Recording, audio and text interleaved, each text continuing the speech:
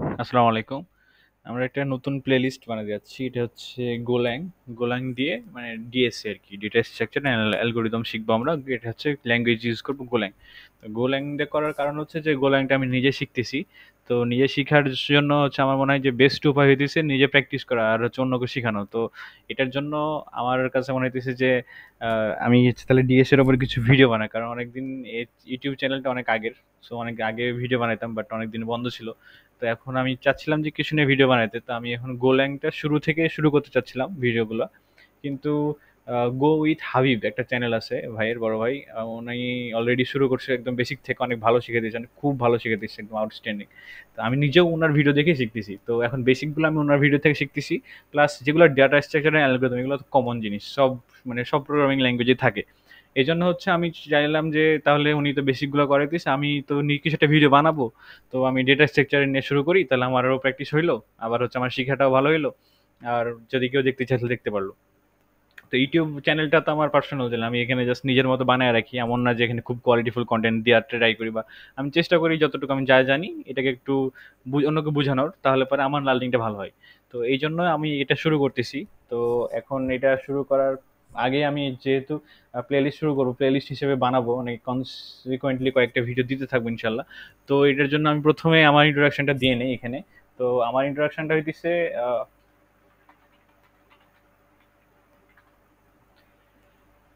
আমার খুব বেশি এক্সপিরিয়েন্স নাই। আমি হচ্ছে নিজে লার্ন করি এবং নিজে নিজে শিখা নিজেই করার ট্রাই করি, বাট আমার জব এক্সপিরিয়েন্স খুব বেশি না। আমি হচ্ছে শুরু করতেছি আমার নাম দিয়ে, এটা হচ্ছে মোহাম্মদ মাইনুল হাসান।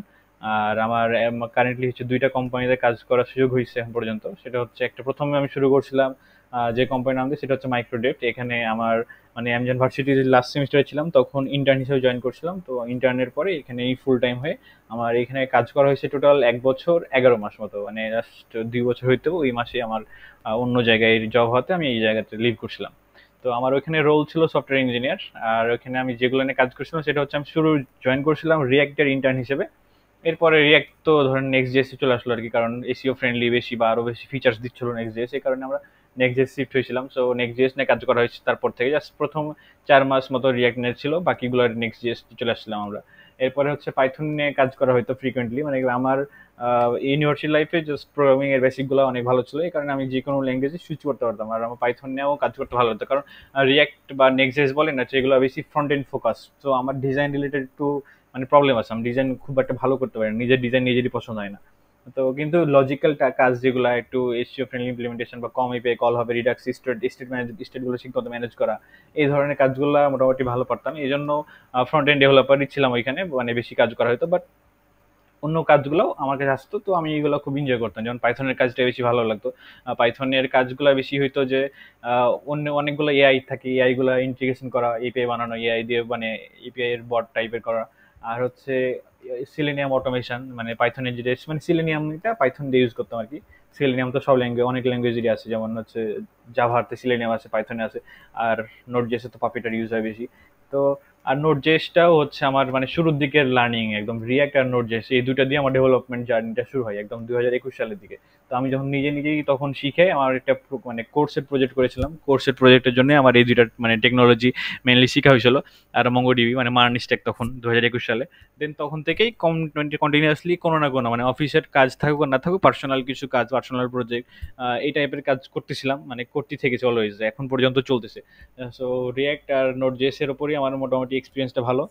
আর বাকিগুলাও এই তো মানে ফ্লাটারের যে ব্যাপারটা, এটা হচ্ছে একটু অন্যরকম মনে হচ্ছে সবগুলোর সাথে। তো ফ্লাটার মানে অফিসের প্রজেক্টে মানে মোবাইল অ্যাপ্লিকেশনের কাজ ছিল, আর আমার লার্নিংটা মোটামুটি ভালো হইতো আর কি, মানে তাড়াতাড়ি শিখে কিছুটা করতে পারতাম। তো এই জন্য ফ্লাটারও শিখতে সময় দেওয়া হয়েছিল আমাকে, যেন আমি ওইটা শিখে একটা দুইটা মতো অ্যাপস বানানো হয়েছিল, যেগুলো সাবমিট হয়েছিল। একটা হচ্ছে প্লে স্টোরে সাবমিট হয়েছিল, আর বাকিগুলো দেখা গেলো যে অন্যান্য অ্যাপস আমরা মডিফাই করতেছি, অ্যাডভার্টাইজমেন্টের জন্য ওই অ্যাড মোড যেগুলো অ্যাড করা লাগে ওগুলো অ্যাড করতেছি। তো ওই ফ্লাটার নিয়েও কাজ করা হয়েছে।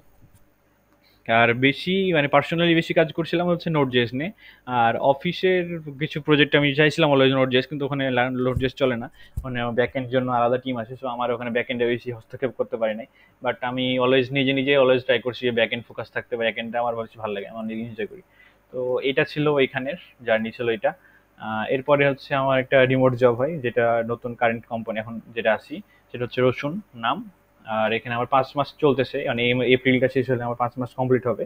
আর এখানে আমি জয়েন করছিলাম ব্যাক এন্ড ডেভেলপার হিসেবে, বাট কোনো এক কারণে এখন আমাকে টিমটাও ম্যানেজ করা লাগে, so team lead plus back end বলা যায়। আর আমার এখানে টেকনোলজি আমি ইউজ করতেছি হচ্ছে নোড জেএস, মানে এক্সপ্রেস জেএস মেনলি, আর পোস্টগ্রেস ডেটাবেস। আর হচ্ছে ফ্রন্ট এন্ডের কাজ তেমন থাকে না আমার, বাট আমার হচ্ছে ওই তো মানে টুকটাক দেখা লাগে আর কি, যেহেতু আমার অলরেডি আগের এক্সপিরিয়েন্স বেশি ভালো আছে এখানে।